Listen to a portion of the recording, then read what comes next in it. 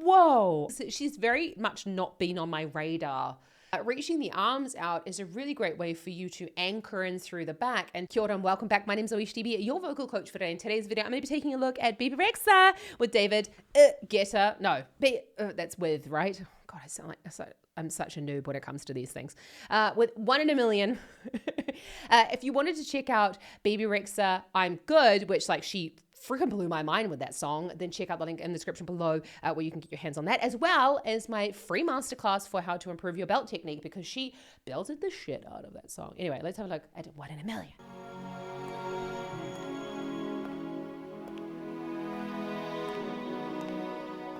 Oh, just like...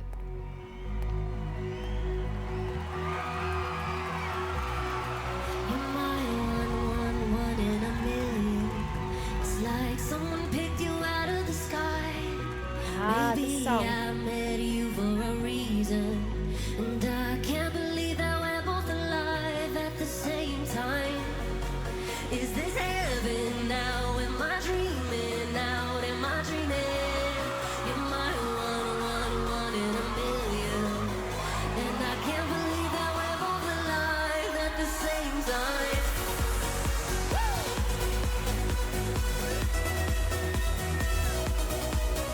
Bebe Rexha's got, like, we talked about this a little bit with I'm Blue video, again, link in the description below, but she's got this, like, kind of this, I got one in a million, and it kind of sounds, not being mean, just kind of like objective, it sounds a little bit nasalized. Now, it doesn't have to be nasal, though. It might sound nasal. It seems a bit, I know, like a bit of a conundrum. It might sound nasal, but it doesn't have to be nasal, because that sound can actually be created by tightening the back of the pharynx area, or the area above the larynx, or even the back of the tongue.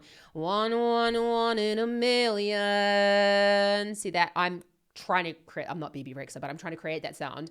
And it's not nasal when I'm doing it. Yeah. One in a million. So if you're wanting to check if your voice is nasal or not, just simply pinch your nose a little bit like that. And if it goes million and you hear the tone change, then it means that you're singing through your nose. And if it's million, then it means that it's not nasalized. So yeah, sometimes you picked you out of the sky. Maybe I met you for a reason, and I can't believe that we're both alive at the same time. Is this heaven now? Am I dreaming now? Am I dreaming? You're my one in a million, and I can't believe that we're both alive at the same time.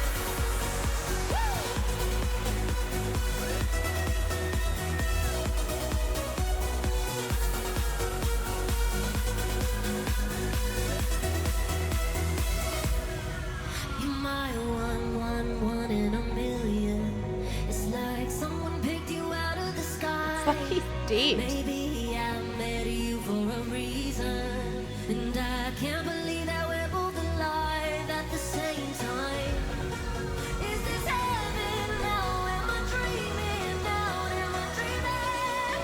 You're my one in a million, and I can't believe that we're both alive at the same time.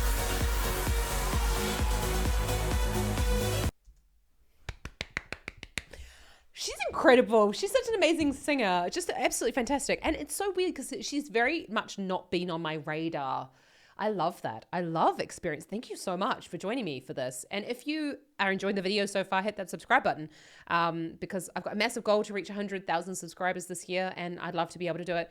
Get a silver play button right there. It'd be like the best present for 2023 ever. Let's get there. So you can see there that she reached her arms out. Now that might be part of the dance and things, but reaching the arms out is a really great way for you to anchor in through the back and to use your back muscles to support the smaller muscles of the head and the neck here. So when we're taking the arms out, we want you to think of pushing outwards, feeling the engagement here underneath the armpits and pushing outwards. And that's why we're actually going to be able to pull back the diaphragm from ascending and kind of keep the air pressure here within the chest in order to create that thicker vocal fold sound. But that's something I do go into in my breathing for belt technique video. The link will be in the description as well.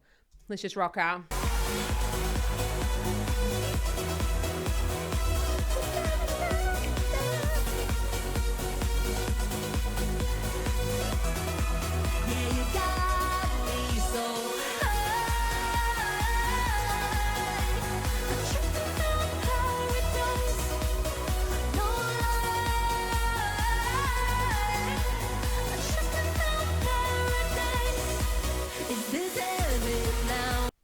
I love that. So we're actually at the B flat 5. Now that is right at the beginning, or even actually at the top of a lot of people's chest voice range. You can see that trumpet shape in the mouth that's going to be helping her to get onto that thicker vocal fold sound. She took a lovely short, sharp, high breath. And you see the microphone's a little bit further away from her mouth. Acoustically, that's a louder sound. She's taking the microphone further towards her mouth. Again, we need to be thinking more about the acoustic changes that happen between these vocal qualities. And not just thinking that the song is just like one big sound wave. Think a little bit more about the fact that when you're singing higher, breathier sounds, the voice is much, much quieter. But when you're singing thicker vocal fold quality sounds or more belty sounds, the vocal quality is louder. So move the microphone away from your mouth a little bit. And I really recommend, if you're singing contemporary music, to practice with a microphone.